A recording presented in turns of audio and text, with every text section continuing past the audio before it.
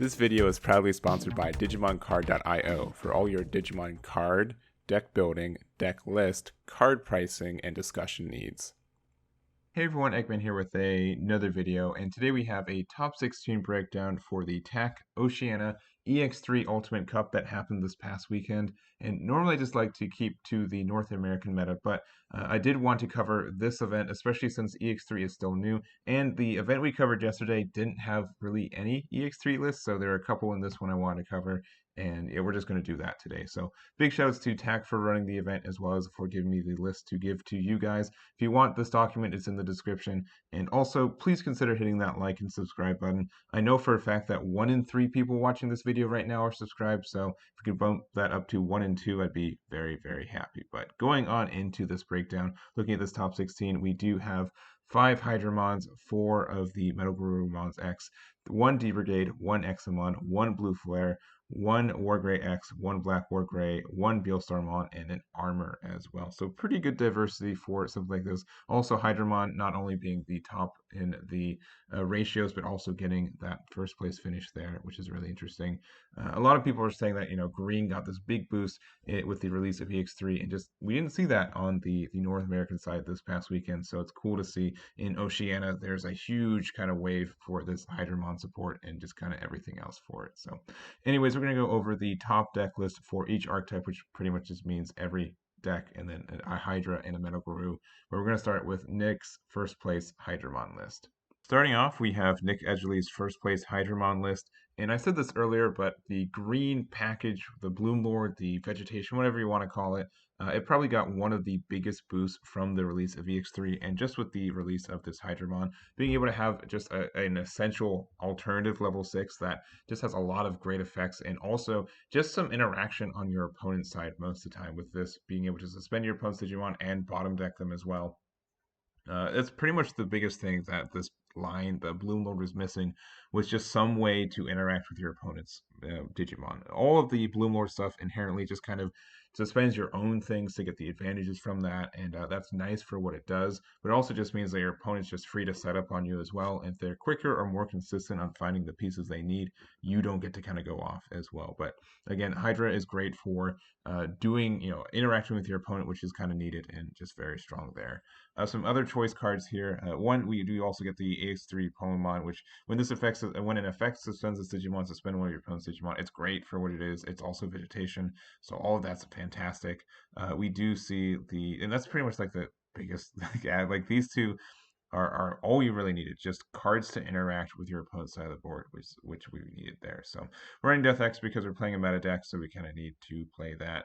1 Grande Soul, shout outs to Yoshi, and that's pretty much it. It's just green has like a lot of good things, and pretty much a time where green hasn't had something really great for a while that isn't just Grandis going off. So it's nice to see a Hydramon list. We're going to see if it's going to be a tier 1 contender right now. I know a lot of people say it's great, and a lot of people that say that's almost great still, and we're going to have to see what it does in the next couple weeks as well. So again, it didn't top at all in the American Ultimate Cup that happened, so we'll have to see what happens in this next weekend. So congrats again to Nick on their finish there. And going into second place, we have Nathan's second place D-Brigade, and this is just a solid list. And I will say, yesterday's video, we did have a D-Brigade, and it has more of the incorporation of the new cards. This is just strictly the old D-Brigade, and you just play the new boy because it's the new boy, right?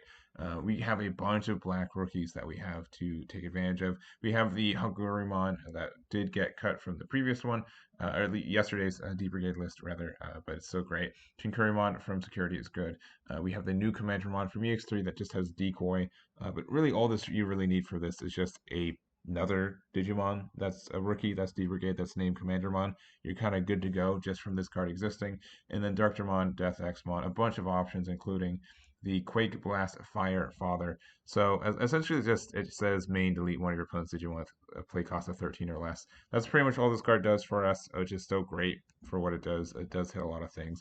And then the Izzies and also the Kazu for some tamer support, especially since you do have like Grumblemons, which can help you go for game, and the extra memory from Kazu is great, and also the cycle, which is super nice. You don't need the hand advantage in this deck as much, but just being able to get extra, D-Brigade cards into your trash and cycling to find pieces you need, I think is very strong.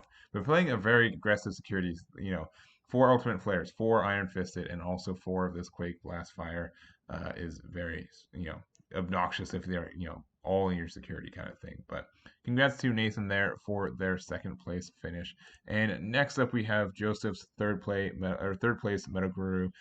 Joseph plays a lot of good blue decks. I know he's on blue hybrid for a very long time, and I don't think I would be too mistaken to say this is just the current version of blue hybrid. It does more or less the same thing.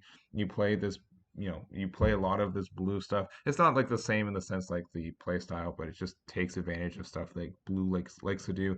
Just a lot of swings that your opponent can't really interact with, some draws, and memory gain, and just being able to cheat memory in a lot of ways is what blue likes to do, and that's kind of what this deck likes to do right now as well. Nothing too, I would say, insane for this. The deck list for this is pretty much 100% known what the best list is, more or less, to it's just down to 3 or 4 personal card choices, and that's really it. But Joseph's definitely a great player, and playing a great deck just means third place is not too surprising there. So congrats to Joseph on their finish there. And next up we have our 6th place.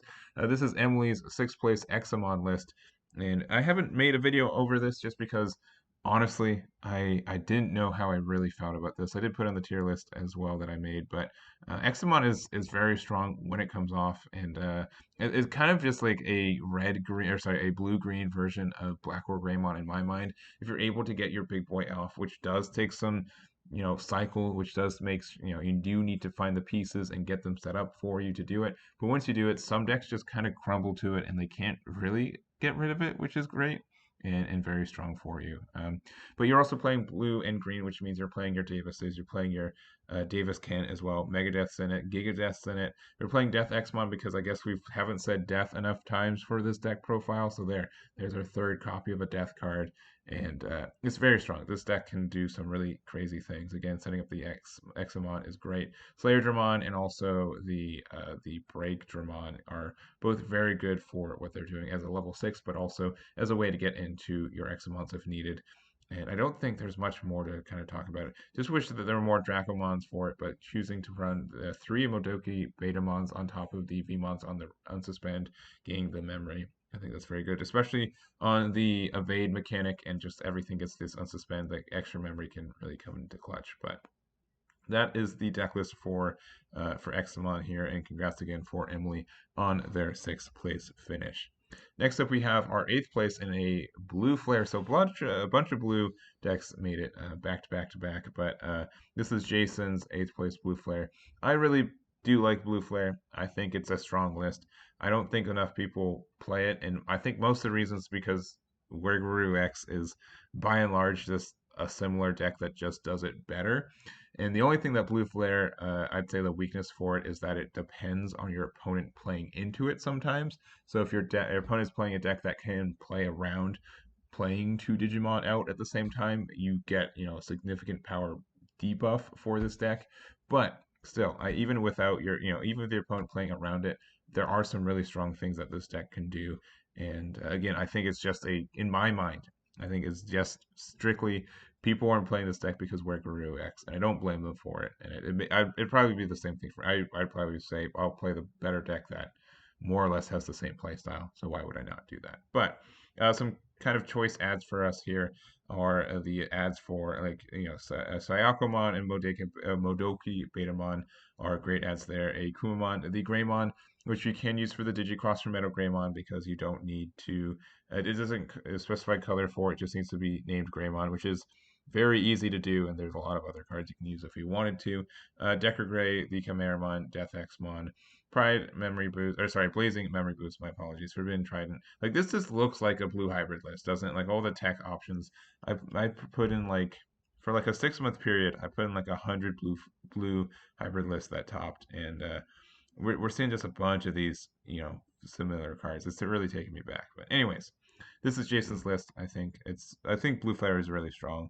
MetalGaruru X, my goodness, is just solid, and people want to play that better. That's my opinion. We'll see if that's true. Anyways, congrats to Jason. And going to our 10th place list, it is Aaron's 10th place WarGrey X, and this is looking, I would say, almost identical to the list that got first place in North America for the PPG Ultimate Cup that I also covered.